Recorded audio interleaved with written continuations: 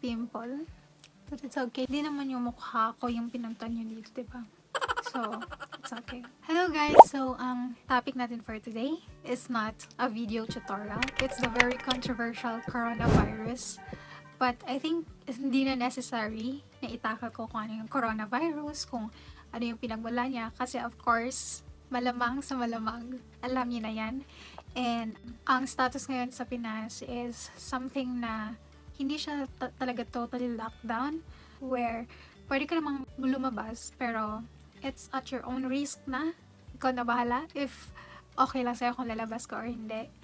And that is also implemented, I guess, sa Davao, which doon kami nakatira. And marami akong nakikita ng mga memes where nasa bahay lang sila at kung ano-ano yung mga ginagawa nila, kasi yung instruction is kung pwede manatili lang sa bahay at umiwas sa crowd. And at the same time, may advantage and disadvantage kasi kung nasa bahay lang tayo. Kasi yung nangyayari ngayon is maraming mga companies na close or hindi nag-cooperate for now because of that virus, para ma-stop yung hawaan. And yan yung problema.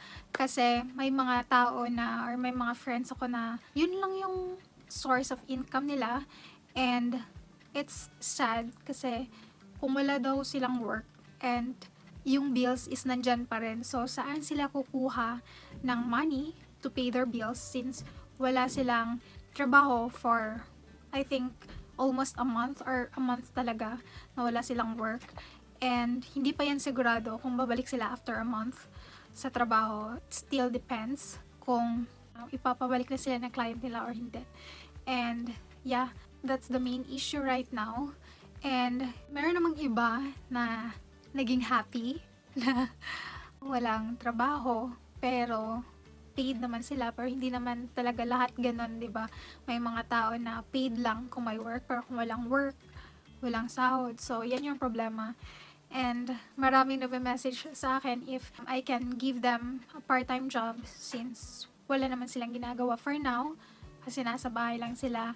But for now, my company is not yet hiring pa, and we are still in a stage where minimake sure namin na yung process is ma-organize muna bago kami mag-skill up again.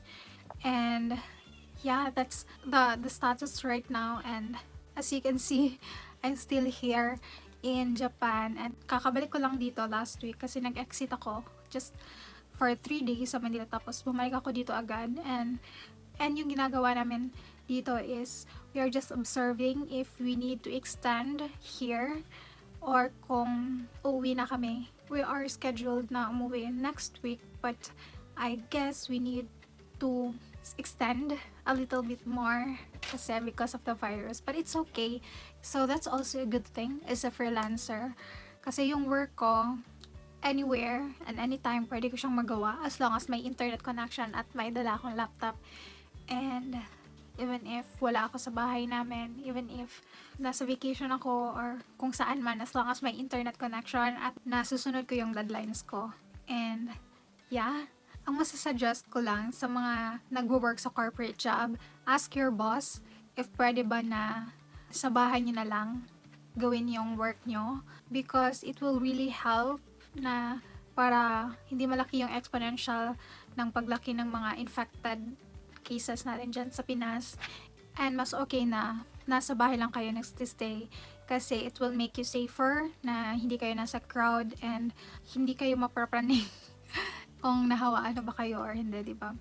And marami naman kayong pwedeng gawin. So, for example, baka noon gusto nyo mag-garden, make this time na nasa bahay kayo na mag-garden kayo. Kasi maybe gusto niyo yan gawin before, pero super busy kayo sa full-time job nyo. That's why hindi kayo nagka-time na mag-garden, di ba? And also maybe matagal na kayong nakapag-general clean up dyan sa bahay nyo. So ngayon, magagawa nyo na yan. Makakapag-general cleaning na kayo sa bahay nyo. And siguro, matagal nyo na ding plano na mag-home workout. So, that's also a very good time na mag-home workout kayo para mas lumakas yung resistensya nyo and mas hindi kayo mahawaan ng kung ano-anong virus na nandyan. And also, hindi naman talaga very sad kung nasa bahay lang kayo, especially for mga team introvert dyan. Raise hands. Actually, yung mga friends ko nang message sa akin, this video is for you because I've already made a playlist na will help you to kickstart your freelancing journey. Ito, makaka-help siya na maka-earn kayo online and kahit for part-time lang, just as of now na wala kayong work because of the coronavirus and nasa bahay lang kayo, you might want to watch my videos. I think I will just go through for all the videos that I intentionally sorted out already. So if you like to know all the videos that I think you needed to watch, especially if you don't have any idea on what is work from home look like, how you are going to be paid, where are you going to apply. So lahat ng mga yan nasa playlist na ginawa ko. You can click this card here sa top or sa link below. And let's dive each video, yung mga summary lang, and keep on watching. So, for the first video, nilagay ko yung A Day in the Life of a Freelancer because I want you to see on how it's look like if you're going to work as a freelancer. As interviews and guests are all set up ahead of time and other small tasks as well, like may in-update lang ako ng konti and that's it. During this time also, I received a message. But you can skip this one if you are not planning to make this a full-time job or full-time career.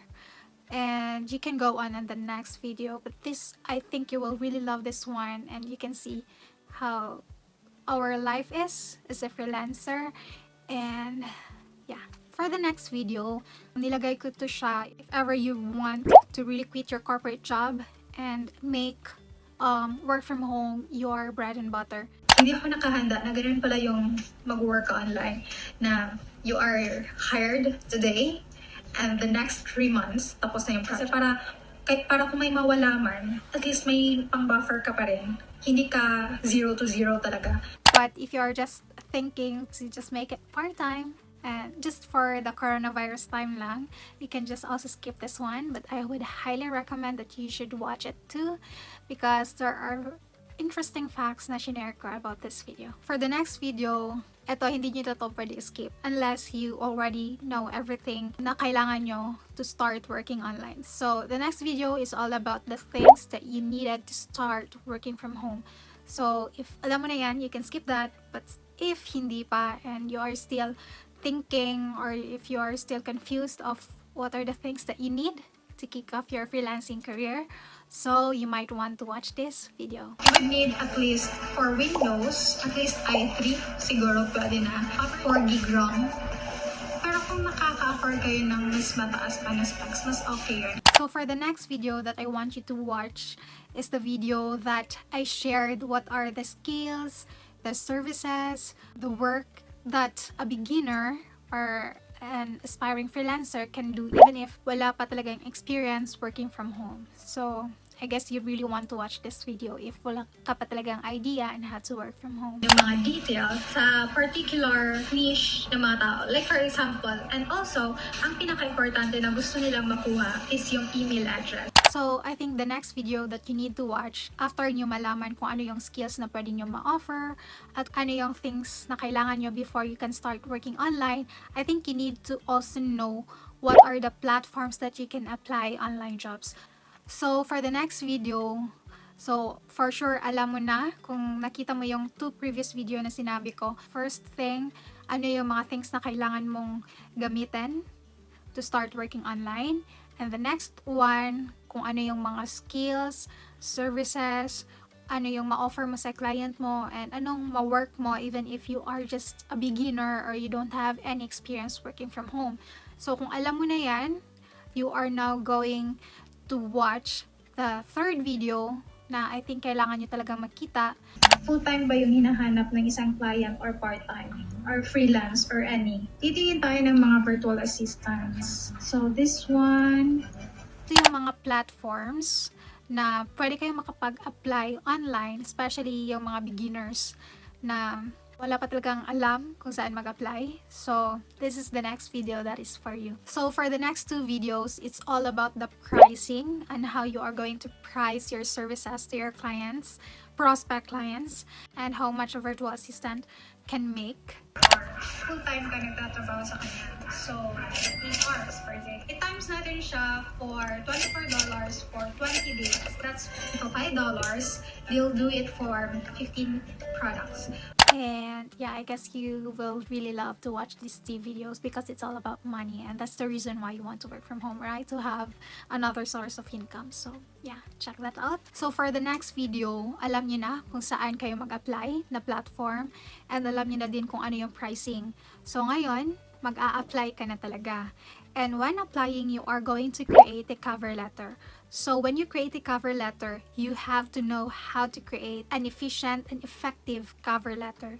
If you are going to apply, insert this word or phrase sa cover letter mo, yung mga sa job post. If hindi mo yan siya masunod na instruction for them, wala ka na sa shortlisting.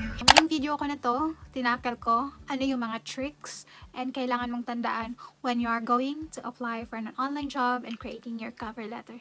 So for the next 2 videos, it's all about how to create your resume and your CV. I've tackled there on what's the difference between the two of it and why you need it to.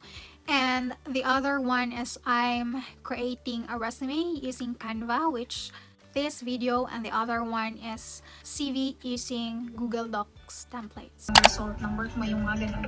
For this video, I'm going to teach you first on how to create a resume using Canva. I want to have something. Let me choose another color instead.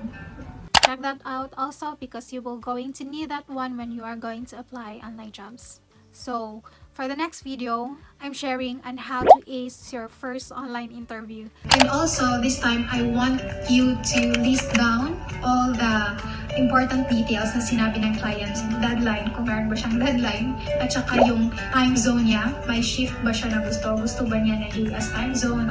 And right now, I'm having video tutorial series mostly for newbies talaga, yung wala talagang alam online. So this is for you guys. I've already created the first video, which is how you are going to create a fancy email signature And put it on our signature. Ta-da! So this is how it looks here. And I've also created the tutorials for Trello, a project management tools, and how you are going to use that one to handle the projects of your clients and also for your own projects as well. The same yung mga branding na ginagamit mo. And that's that. It should be done by 8 a.m. And yung mga darating pa na mga videos coming soon after this one, how to use Asana, also a project management tools, and also email management and appointment setting and lead generation. So that's for the VA beginner series ko. After that one, I will be giving away a prize doon sa loob ng tribe ko. Just research I'm Ready to Boss Up by Rixuy, and magpapag-giveaway ako kung sino yung nakatapos sa lahat ng series na ginawa ko, tutorial videos series na ginawa ko. So yeah, join my group. Just search that on Facebook. I am Ready to Boss Up and see inside. So yeah, subscribe to my YouTube channel if you like this kind of contents, and if you have any questions with regards to my videos and about working from home, please don't hesitate to comment down below. Don't forget to follow me on my Instagram account so you can see more of the behind the scenes, and also don't forget to join my tribe. Just research on Facebook. I'm Ready to Boss Up by Rixuy. Hope to see you on my next one. Bye!